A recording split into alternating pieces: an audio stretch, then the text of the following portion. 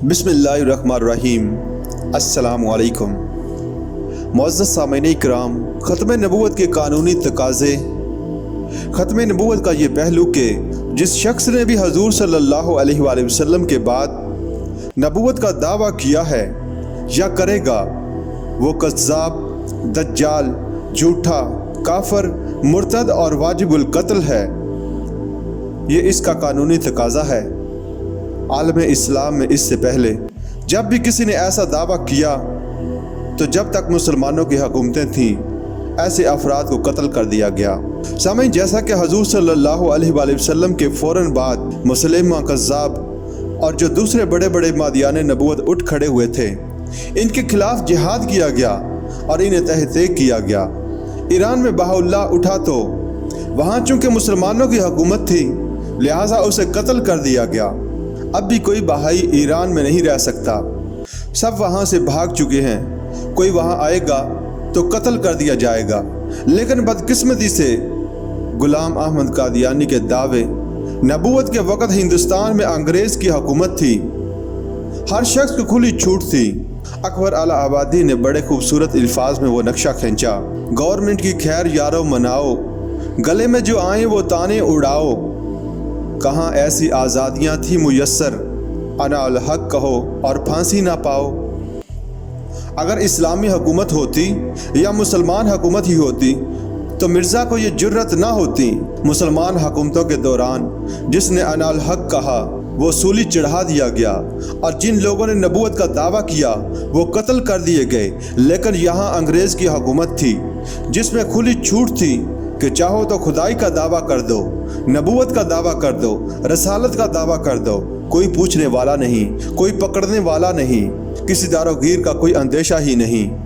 इसी ज़माने में गुलाम अहमद कादियानी ने एक दावती ख़त अमीर काबुल को लिखा कि वो इसकी नबूवत पर ईमान लाएं। जब वो ख़त वहाँ पहुँचा तो अमीर काबुल ने इसी ख़त पर दो अल्फाज लिख कर वापस कर दिया, ऐ जा बिया, यानी ज़रा यहाँ आओ, यहाँ आकर तुम नबूवत का दावा करो तो पता चल जाए कि किस भाव बिकती है। तुम अंग्रेज़ की छतरी तले बैठे हुए हो, दावे कर रहे हो और अंग्रेज़ तुम्हारी पुश्तपनाही कर रहा है।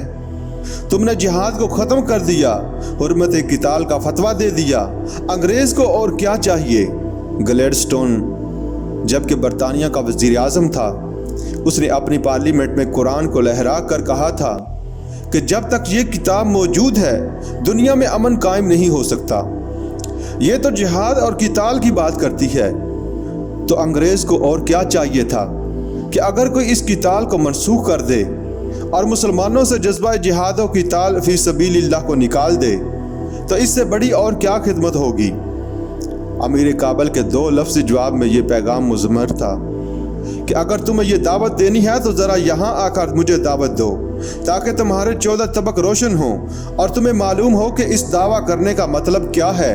इसमें कोई शक नहीं कि हम पर अल्लाह का बड़ा करम हुआ था कि इस मुल्क में 1974 में कादियानियों के गैर मुस्लिम अक़लियत करार पाने का फ़ैसला हुआ। वाक़या ये है कि वो बहुत ही मुबारक फ़ैसला था।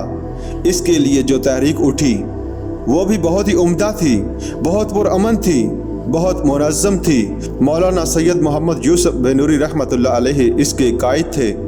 कोई सियासी लीडर इसमें नुमाया नहीं था, खालिस दीनी तहरीक थी। फिर इस वक़्त हमारे यहाँ हुक्मरान जुल्फ़कार अली भुट्टो था जो खालिस सेकुलर जहन का आदमी था और कादियानियों ने 1970 के इलेक्शन में इसकी हमायत की थी। कादियानी समझते थे कि वो तो हमारा अपना आदमी है, लेकिन अल्लाह ताला ने इसके हाथों बेहतरीन तरीके से, जिस पर एतराज़ किया ही नहीं जा सकता, पार्लियामेंट के ज़रिए से फ़ैसला करवाया। कोई आर्डिनेंस, कोई हुक्म या फरमान जारी नहीं हुआ था। पार्लियामेंट की एक कमेटी बनाई गई और कादियानियों और लाहौरियों को अपना मौक़िफ़ खुलकर पेश करने का मौका दिया गया। इन दोनों ग्रोहों के सरकर्दा लोगों ने इस कमेटी के सामने पेश होकर बयानात दिए और वजाहत से अपना मौक़िफ़ बयान किया। उस वक़्त उनका खलीफा मिर्ज़ा ताहिर अहमद का गालबन बड़ा भाई मिर्ज़ा नासिर आमिन था। इसने कहा कि गुलाम अहमद कादियानी को हम डंके की चोट पर नबी मानते हैं। इसके बाद पार्लियामेंट ने फ़ैसला किया कि ये गैर मुस्लिम हैं। ये एक सही फ़ैसला था, लेकिन ये फ़ैसला अधूरा था। اس لیے کہ اس فیصلے سے قادیانیت کے فتنے کو کوئی گزند نہیں پہنچا۔ غیر مسلم قرار دیے جانے کے فیصلے کے باوجود فتنہ جوں کا توں پنپ رہا ہے، جوں کا توں پھیل رہا ہے اور اپنے سرطان کی جڑیں اپنے معاشرے میں پھیلا رہا ہے۔ ویسے تو عالمی سطح پر انہیں بڑی سرپرستی حاصل ہو گئی ہے، یورپی مغربی دنیا ان کی سرپرستی کر رہی ہے، لیکن اندرون ملک بھی اس فتنے کا قلعہ کما اگر ہو سکتا تھا تو صرف اس وقت جب کہ اس فیصلے کا جو قانونی اور منطقی تقاضا ہے وہ بھی پورا کیا جاتا، اور وہ یہ کہ مرتد کی سزا قتل نافذ کی جاتی۔ اسلام میں مرتد کی سزا قتل ہے۔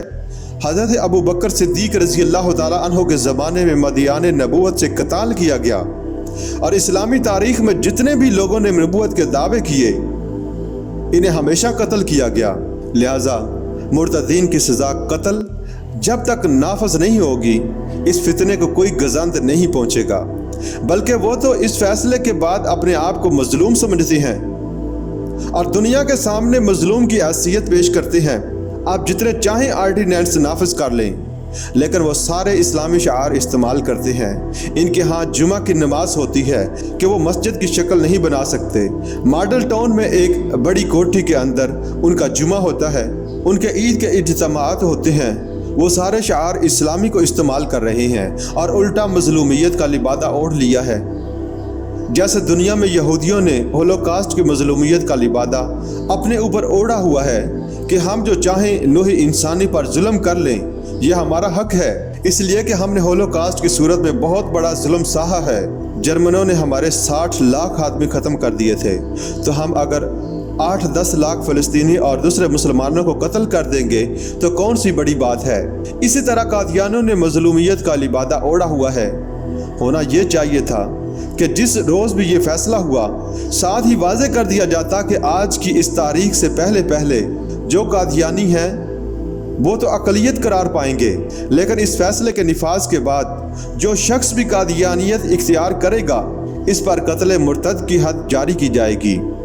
جب تک یہ نہیں ہوگا اس فتنے کا استحصال تو دور کی بات ہے، اس کو کوئی گزند بھی نہیں پہنچ سکتا۔